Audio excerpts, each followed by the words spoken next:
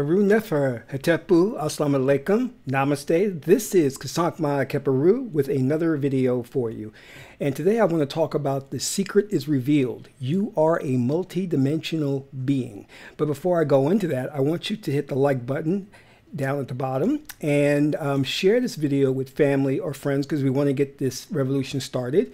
And if this is your first time watching, subscribe to my channel and you'll get more great videos. You get notified when the videos are posted. So let's talk about the big secret here, which is you are a multidimensional being. You know, I've always said that you have a lot of these Westerners who are coming out and publishing papers and winning Nobel Prizes about these discoveries or so-called discoveries they're making. But what they're really doing is just regurgitating information that our ancestors in antiquity already knew. So science has come up with something very interesting. They have been doing studies into the brain and they realize that the brain contains over 86 billion neurons. Now check this out. And these neurons are connecting to adjacent neurons to form these patterns or geometric shapes. Now, no big deal, but the interesting thing about that is these geometric shapes are going beyond the traditional third dimension. You know, there's 3 dimensions of space and 1 of time. What they discovered is that the shapes are taking form into 4th, 5th, 6th dimensions, and even going further than that into 11 dimensions. So they postulate there are 11 dimensions. But this is profound because now what they're realizing is not only do these extra dimensions exist, but they are entities that exist and live within these dimensions. Phenomenal. And of course, you know, this is what our ancestors already knew, which is why the ancient Egyptians and the Chinese and the Mayans and people of Indus Kush had did explorations into the subconscious mind and even went into death, the state of death, to kind of find out what are the mysteries of the afterlife. And they came out and they documented it. And you can read that into the Book of Dead or the Book of Coming Forth by Day and by Night by Willis Budge, which describes what happens when one passes. You can read that in the Indian Bhagavad Gita. So we've already done this, but now because, you know, nothing is legit unless modern science has authorized it, you know. So now they're discovering that there may be a whole world that we're not privy to. All right, because science knew, besides the physical matter that existed, there was the universe, everything in it was made up of more matter that you couldn't see. In fact, there wasn't a lot of physical matter, so they postulated there was these unseen matter, which they called dark matter and dark energy, which comprise most of the universe. Now we know that the spectrum of light that we can see is very limited, but now this really brings home the fact that we are multi-dimensional beings and we are hardwired to be so. For example, we know that we have 2 hemispheres of the brain. The left hemisphere is the waking conscious state. The right hemisphere is what we call the trance state or the subconscious mind. And it's very active when you go to sleep. It's very active when you do meditation and trance. And scientists further discovered that when we are bombarded with certain tones and frequencies, this is when those neurons make these connections and form these additional dimensions. So they're activated or triggered by these vibrations, so that we know that because these neurons exist, that it is a gateway into the different dimensions. And many people who have taken the medicine ayahuasca or DMT and have gone through that experience have come out and said something very profound. They said 2 things. The first thing they said is they encountered beings in those dimensions. And the second and most important thing was that they felt a sense of oneness, of profound oneness with all things. And that there was no time, there was no beginning, middle, and end. You know, there was no past, present, and future. Everything was one, which we understand that already as 5th dimension ascension, where there is no separation between the past and the present. There's just here, the now moment. So let's really get deep into this to understand it. All right. Science has now revealed to us that when you start to explore the realms of the subconscious mind, you start to go into different dimensions. All right. And as I said before, we've done this through meditation, trance state. Modern hypnotherapy is doing it through hypnosis. And our ancestors would use certain herbs, or they would get together in a tribal setting and with the beating of the drums take you into the alternate state of consciousness. But the most important thing that we have to understand is this. Well, rather, let's ask this question.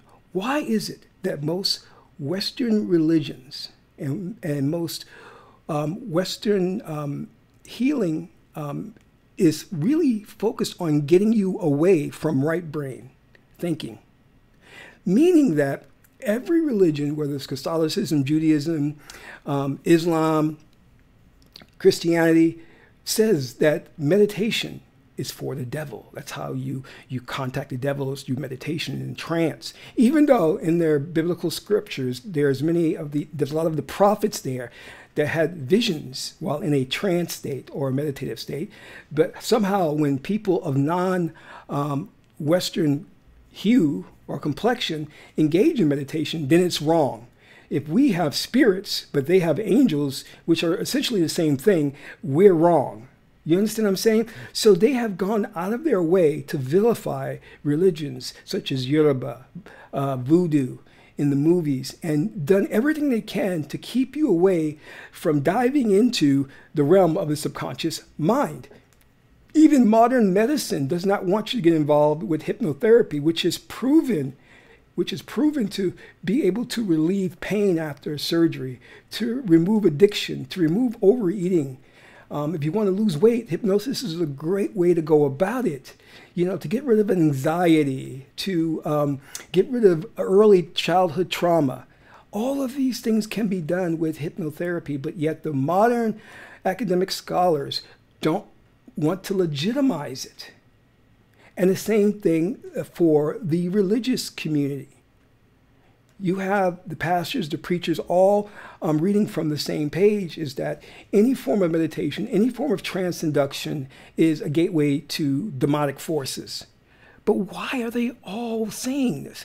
And this is because if you start to delve into trance induction or start meditating, not only will your IQ increase, but you will contact those interdimensional beings, and they will give you counsel, they'll give you wisdom, they'll give you guidance.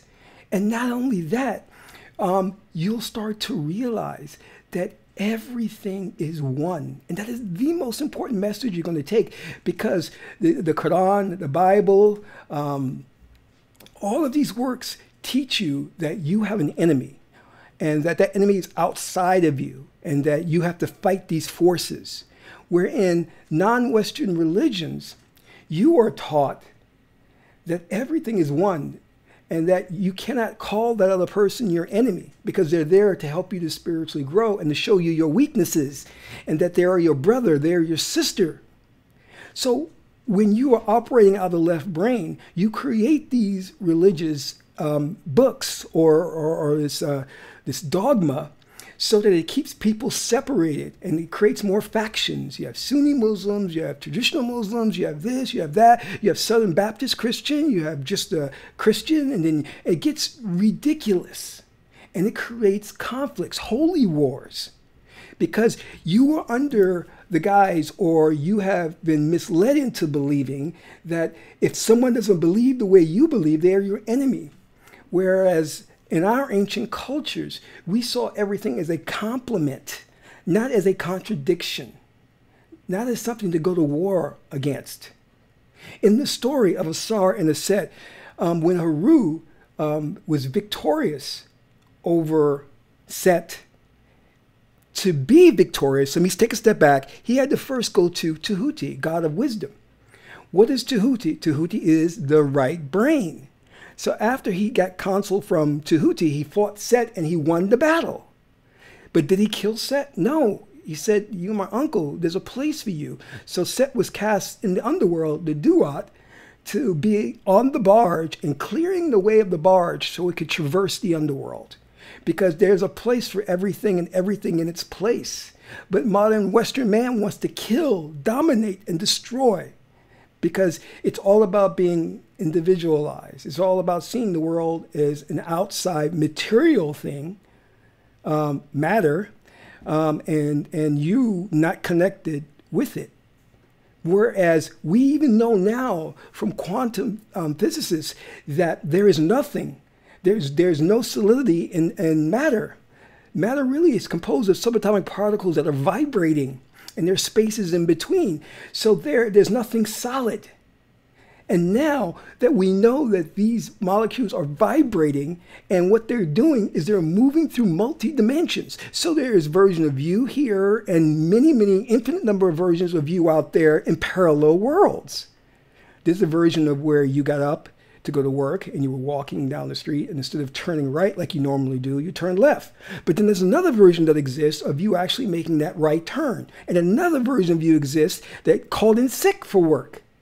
Because Neter, God Yahweh, or Source, wants to explore every scenario possible.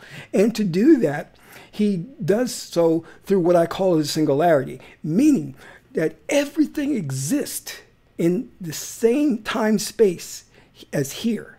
The here, which is only thing that exists, the now moment. There is no past and there is no future. The only thing that exists is the now moment, and you're vibrationally shifting through alternate now moments. So that you, whether you realize it or not, are experiencing multiple dimensions, multiple universes. You are traversing so quickly. Now, the reason why you don't notice that you're in a parallel world, because it's very similar to the world you just came from. But it's only when your belief system has a radical change, then you will notice something that's off. Like in the Matrix, and Neo saw, I think it was a cat, and it looked really odd. It was repeating itself. That was a glitch. But the reality is, you can notice things. And if you do notice these things, such as the clock telling you 11:11, that's an indication that you have shifted to a parallel world, that you have moved, and there has enough difference between the one you left at, the one you are at now, that you can notice it. But if your belief system pretty much stays the same, you'll still be shifting, but you won't notice it as much. And this is the great secret they're keeping from us. They don't want us to understand that we have the power to shift to a universe that is conducive to what we want. And that there exists universal love, universal harmony, not this individualization, and not that there's a world outside of yourself. Remember, we're living in a fourth dimensional holographic experience, and we're interacting with, and the only thing that's real is the experience, not the physical things that we have created as Maya, an illusion. Everything is an illusion. The mailbox, the planes, the trains, other people. They're merely avatars that you created, which are different aspects of you, to interact with, to gain experience from. Or let's say it's the perfect example here would be the holodeck from Star Trek. You're in a holodeck going through one of infinite number of experiences or scenarios so that you can communicate to your higher self the experience. And say, okay, this is what I gathered from this. This is my experience. And here you go, Neter. Now you will come to understand yourself and all this infinite potential, infinite power. Does this make sense? So let us stop being tricked by these tricksters, the oligarchy, the ones ruling at this time and moment, and making us believe that the world around us is solid and it's real, and that individualization or this person is my enemy. And remember, every president that comes into office, he's got to do what? He's got to declare war on some fictitious enemy. Osama bin Laden, North Korea, the Soviets. Always has to have an enemy. But when you go into self in a meditative trance state and experience that, what you're going to experience is love and oneness of all things. And you're not going to experience separation. And everyone that comes out of that experience says the same thing. I felt a profound sense of oneness with all. So, my beloved, that is the end. Keep that in mind, and that's the secret they're keeping from us.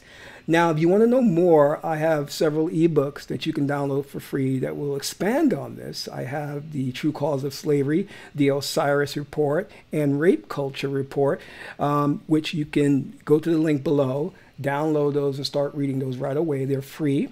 And if you get an opportunity, please donate through PayPal, and the link is below, or become a Patreon subscriber, and you will receive exclusive videos, which are instructional videos on putting together a ritual, using mantras, how to shift to parallel worlds to control that power that you have. So until my next broadcast, this is Kasank Maha Keperu, son of Ma'at and Tahuti, Amen Ra.